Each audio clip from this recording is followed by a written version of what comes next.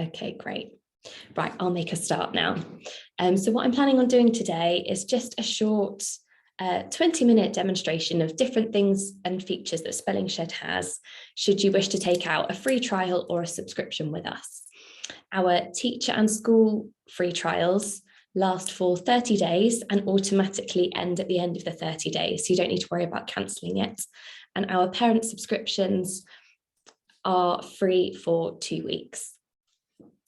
So what I'll do now is I will share my screen and go through some of the features with you.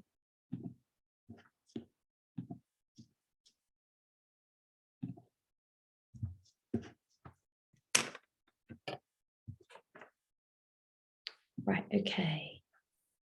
I'm just going to stop my video for now. Okay, so within EdShed, we have lots of different products. We have Quiz Shed, Spelling Shed, Phonics Shed, Math Shed, and Literacy Shed, which you can see at the top there. Depending on which product you've got access to different tools, but the hub will always look the same like this. So most importantly, you can find all of our resources here. Now, our Spelling Shed curriculum is designed to be taught 1 lesson per week. So the stages are the same as the year groups. We call them stages just so for those children that may not necessarily be assigned spellings for their exact year group, it just makes them slightly less aware of that. So what I'll do is show you our year 3 resources. So as I click in, you can see below here, we've got all of our Spelling Shed PowerPoints, which are numbered. Those with the green free symbol next to them means that you can access these with a free trial. So if you take one of those out today, you can access any of these free resources straight away. So if I click on and go down and show you, let's go for lesson 7, and we can go through a PowerPoint just to show you what they look like. So we've got the same available in a PowerPoint or PDF version, whichever is more suitable.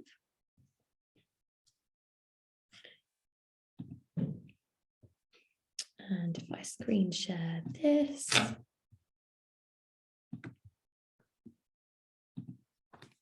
okay, so this is what they look like. So you've got the curriculum or spelling objective at the beginning, and then it's kind of got a brief lesson overview. So these are the list of spellings that go with this PowerPoint, and I'll show you how we get children to practice and assign them lists in a moment. So the introduction will be looking at words starting with re, ask the children if they can think of any words beginning with re and write some on the board. Can they guess what this prefix means? Then the main teaching activity is using the PowerPoint, flick through the root words and get the children to write the new word by adding re and holding up their whiteboard, which I'll show you there. And then our independent activity is the definition cards, and it says 1 set per pair. And I'll show you what those look like. So if I click view slideshow, so we can have a good look at these. And that's what you would do. So the children would write their new word on a whiteboard, and then we can show them the answer. So we've got the root word and then the answer. I'll just skip through these because I think you probably get the idea. And then here is our main activity. So print 1 set of cards for each pair, and then you're matching the cards to the words that we've just looked at. Here we've also got a very traditional kind of look cover check grid. So for those pupils, or you might want all the class to do this, who maybe don't have access to a device to practice their spellings, this is sort of a traditional grid template that they can practice them on.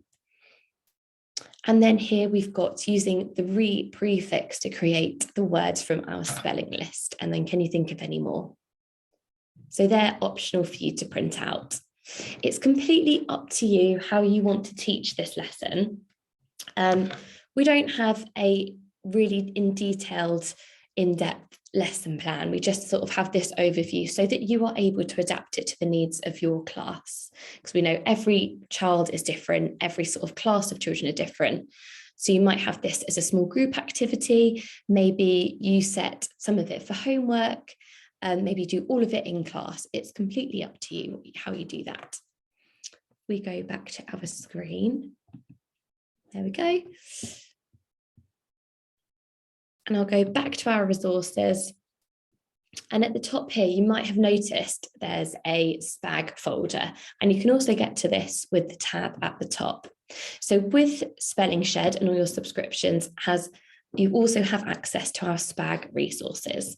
So if I click on a year 1 Spag folder, every single year group is then categorized into these 4 subcategories. So if we just click on Word for now, and then we've got at the top, it says question sets. And then at the bottom, it says resources. There we go. So the resources are, again, the PowerPoints. So it's up to you how you want to teach these. You can sort of cherry pick the ones that maybe go with texts or books that you're learning within class, or you might just want to start from Word Lesson 1 and work your way through. It's completely up to you. We have end of term assessments that go with our Spag PowerPoints. And what they do is on each of the 3 assessments, they have a question for every Spag learning objective. So you just would expect the children to score low first of all, and then as they cover more of the objectives, they'll start to get a higher score. So again, it still doesn't really matter how the order which you teach these, because it won't have an effect on the assessment. If we download these, I'll just go through this Spag PowerPoint so you can get a bit of a feel for them. And again, it says the National Curriculum Teaching Point at the beginning. So this is identifying and defining nouns for year 1. So if we click play from start, and this is sort of designed, again, you can use it how you want to, but maybe for whole class teaching, as well as some individual activities in here.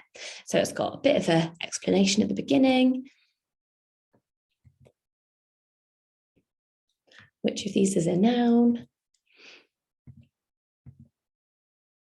And then they have some activities within them. Whether you want to do them as whole class, it's completely up to you. So whether you want to use this on your interactive whiteboard, and do them all together. So circling nouns, for instance, or whether you use something like Seesaw within your class if children have devices, and you could screenshot this and they could do it themselves. And then you've got the answers as well. And again, circling the noun in each phrase below, which also gives you the answers again, so you can go through them once you've done this.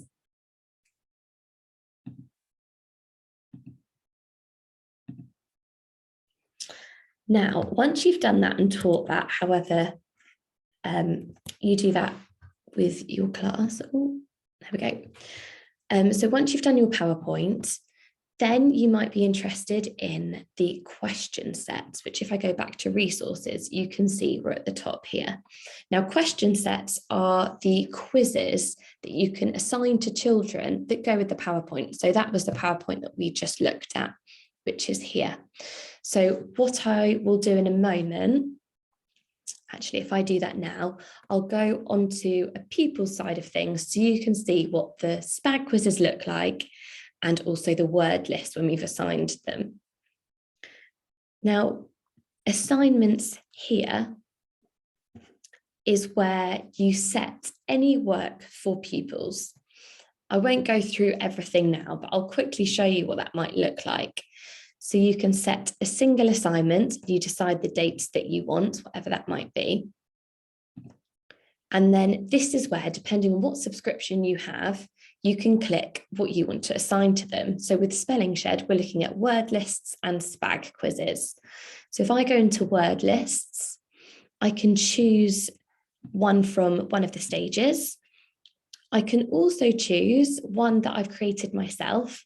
Maybe you want a word list to do with your topic or science vocabulary, or maybe just a specific word list for a specific spelling group.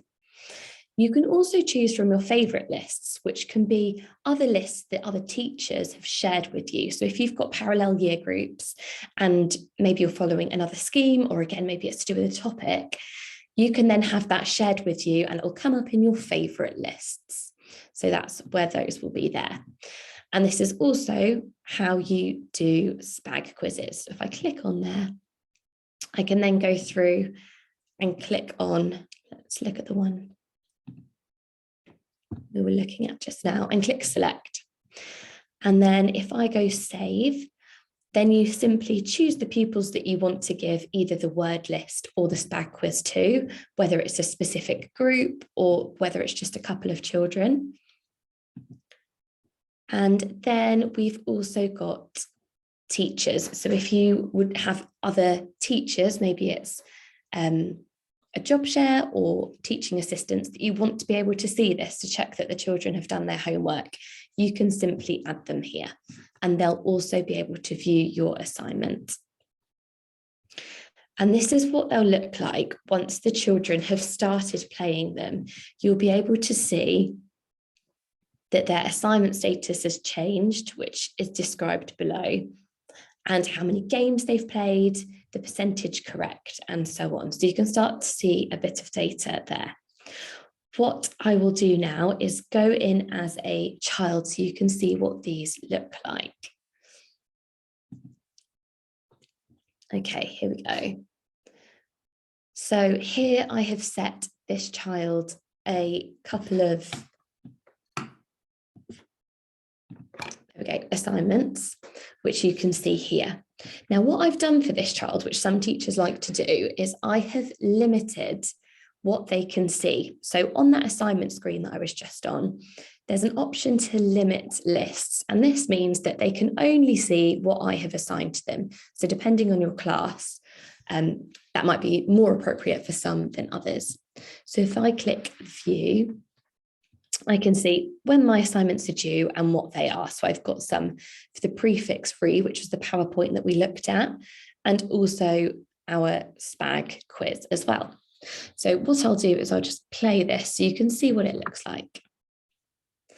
Now I'll go through what a Hive game is in a moment, but at the moment, if I just click play, then I get different levels. Now, the children are able to pick these different levels. So easy, it comes up with the word and then it has tiles, which are refresh. There we go. You just have to put the tiles in the right order. So that's easy. Then the next level up, which is medium, it is exactly the same as easy, but it doesn't show the word. So it will just give you the correct tiles. Hard, it will give you the correct tiles plus a few more. And then extreme is just a keyboard, which I will show you now. Reappear. Reappear. Revenge. And if for any reason they miss it, they can click on this and I'll repeat the word. Revenge.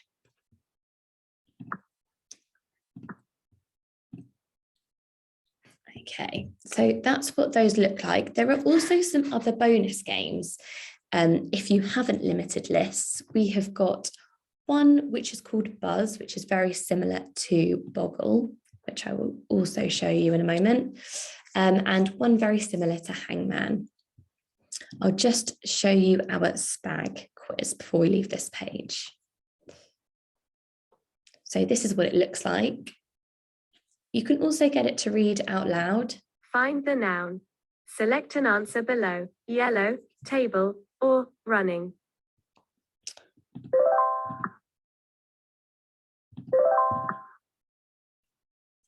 So you can see some of them, they're not all exactly the same style questions, they're slightly different.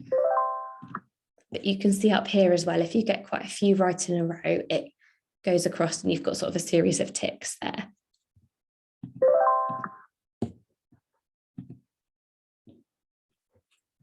Okay, so what we'll do is if we pause that.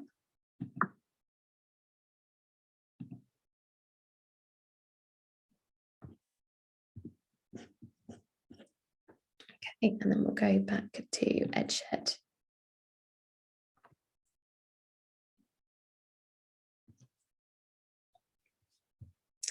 Okay, so If I am also logged in as a pupil, the other thing that I can show you out of our features is something called a Hive game. Now, this can replace a traditional spelling test. So the idea is that at the beginning of the week, you'll have taught your spelling PowerPoint, then you'll have set the spelling list to go with that PowerPoint as an assignment, which the pupils would have practiced, which was the game screen that I showed you. And then say at the end of the week, you might have a Hive game. And this is to see how the children have got on and which words they can spell and which they can't. So all you'll need to do is click create Hive game and then choose the list. Again, you can choose whether it's the list that you've made, a favorite list. Let's choose from, let's go for a year 5 list. And then check your difficulty. So extreme is, as I showed you, the keyboard, but maybe if you've got other children, maybe some with some learning barriers, you might want to change that to an easier one.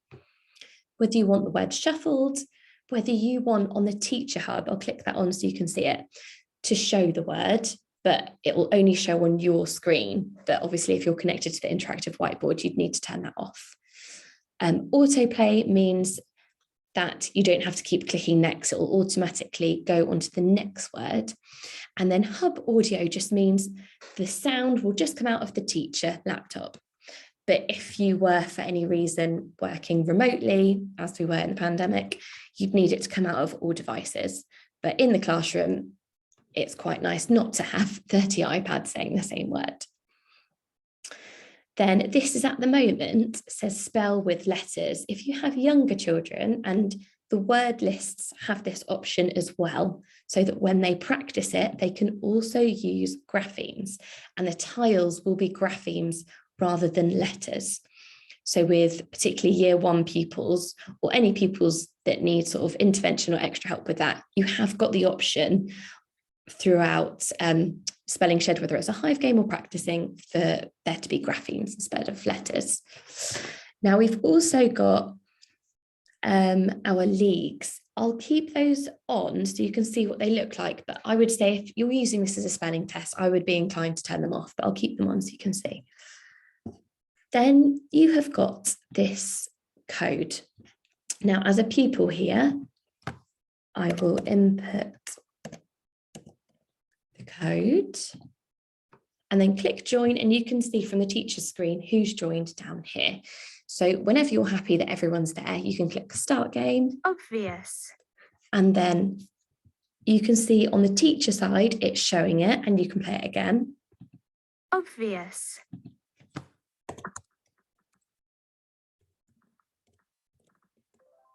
Obvious. So now, because we had leagues on, from the pupil side, I can see anyone that's in that Hive game and whether they got an answer correct or not. So that's why I'd be inclined to turn that off if you're using it as a spelling test. Obviously, if it's a bit of a motivational game. Devious. But as the teacher side, even if you turn the leagues off on the pupil side, you can still see them as the teacher side. That won't change. So what you can see will still be the same. Notorious. I'll just show you what it looks like if you get one wrong. Notorious. There you go. And you can see that this pupil didn't get anything right.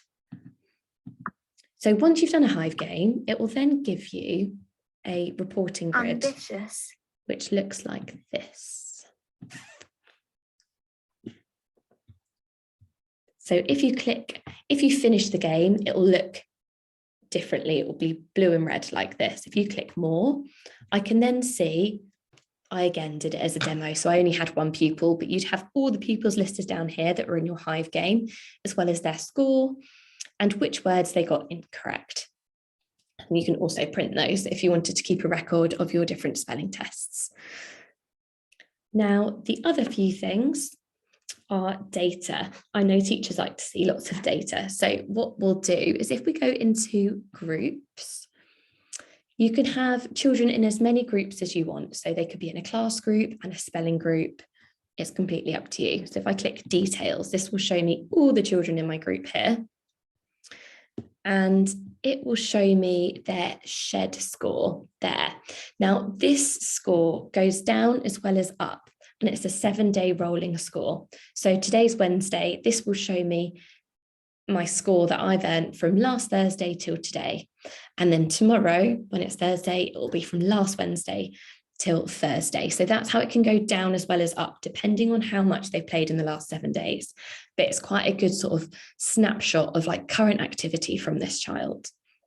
You've also got their total scores, which won't change. So there are other scores as well there. You can see here the activity of the child. So on Spelling Shed, I can see how many games they've played. So you can see if they're logging on or not.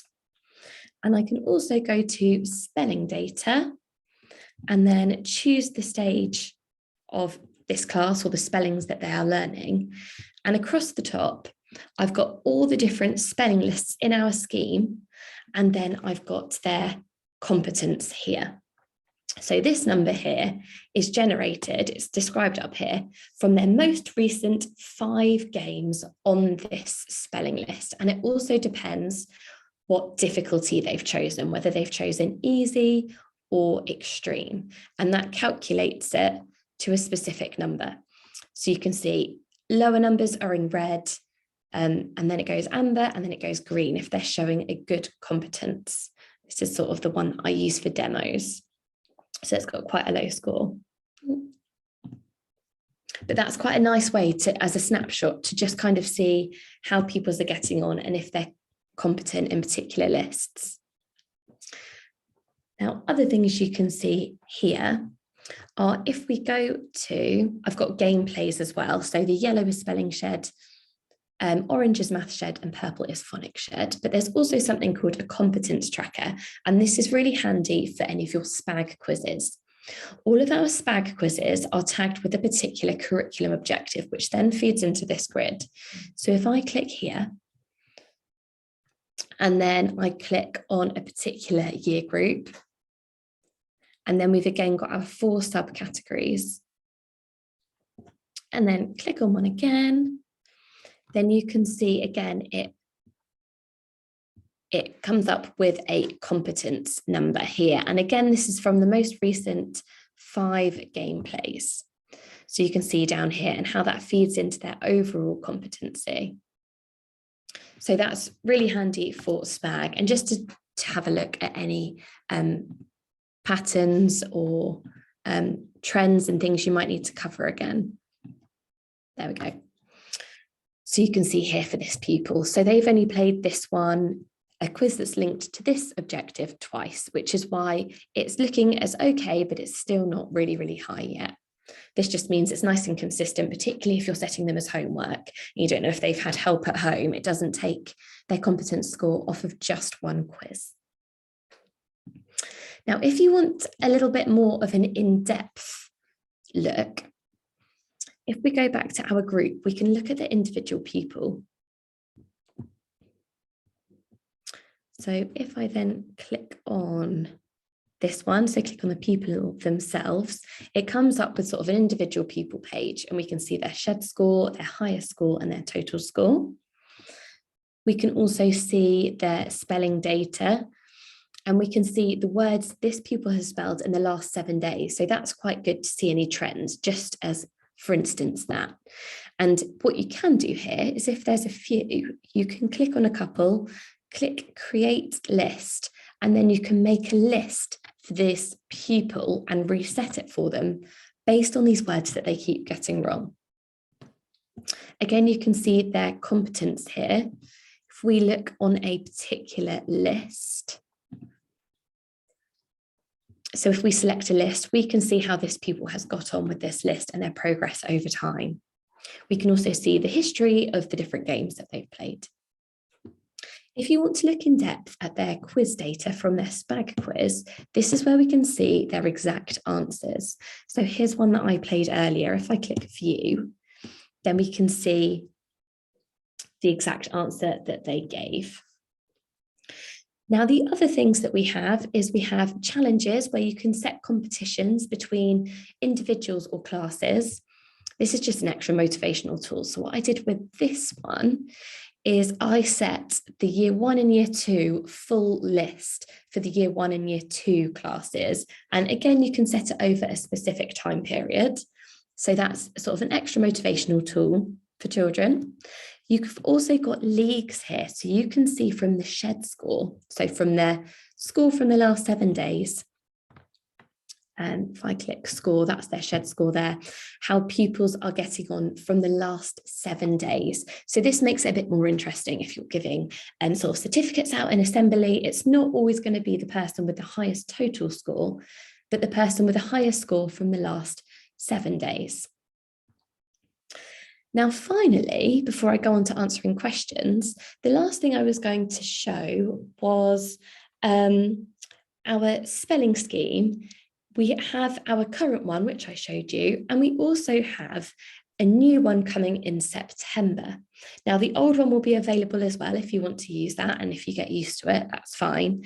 But if you'd like to look at what the new spelling lessons will look like, if you click on Spelling Shed, and then here we've got our Year 6 is the only year group that's finished at the moment and is there on preview for you to have a look at.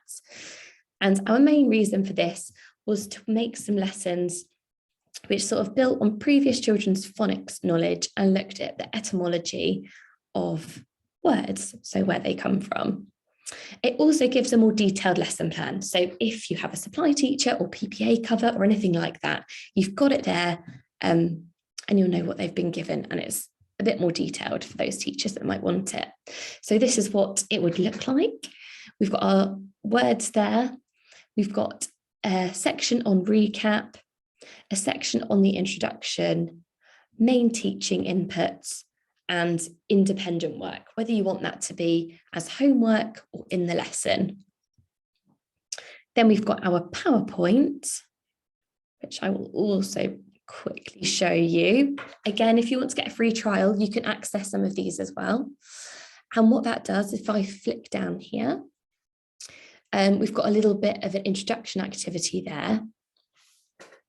A bit of, do you know what any of our this week words mean? And then it goes through the etymology. So that is just parts of where the word has come from, just like this, for instance. So why muscle is sort of spelt like that, where the different parts of the word have come from. And then bearing in mind, this is obviously year 6. So it's a bit trickier than other year groups. We've also got our indication of whether it's for whole group, whether it's for individual pupils, whether it's an independent activity. So those are there for you to have a look at as well. We also have the option to have any of the activities that were within that PowerPoint ready to print out in worksheet form as well. So it says an hour session, but again, maybe you would rather do a small chunk every day. Maybe you'd rather do one whole hour session per week. It's completely up to you. What I will do now is quickly have a look and see if we've got any questions. So one says, can you see data from just children practicing the stage lists, not assigned spellings? So if they are not assigned to the pupil, it will still come up in our assessment in the competence grid, which was in the group section. So even if they're not assigned to them, clicked on the wrong thing again, you can see them here. So that was in spelling data and then competence. So they will still come up here even if they're not assigned. That just shows any spelling list that they have practiced. You can also go into the individual pupils and see their history or spelling data there. But I would say that is one place you can see how they are getting on in individual spelling lists. The other thing I know that we didn't look at, because my assigned spelling lists had limit lists on them, is the bonus games. So as a teacher, if you get a free trial and you want to look at what the different games look like, if you click this yellow play game button, you'll be able to see it all here. Now, if you don't have the subscription, you won't be able to see Math Shed. Children do get access to the Phonics Shed games with a Spelling Shed subscription, so you can have a look at those as well. So if I click into Spelling Shed and bonus games. So here we have got other games like matching the words with the definitions, spelling the missing word, and then Beekeeper is basically Hangman. So those are the other options of the other games that I know that we didn't look at. Children can also create Hive games. So if they want to sit with their friends and create a Hive game for them to input that code and they can sit and play together, they can do that as well. The other ones we've got Buzz, which is basically like Boggle. So that isn't specific to a specific list, but it's just sort of an extra game. And then on that Spag icon is how children can also go to Spag quizzes if you don't have limit lists on. I'll just have a good look and see if we've got any other questions before I wrap up. I don't think so. If you have any other questions and they come to you later or you want to know about subscriptions, if you email us at support@edgeshed.com, that's where our support team will answer any tickets, that's fine. So I've also got another question saying if they'd like access to this recording for staff. Yeah, that's absolutely fine. I can send you this recording. What it will have is it will have a link and a passcode, which I'll provide for you.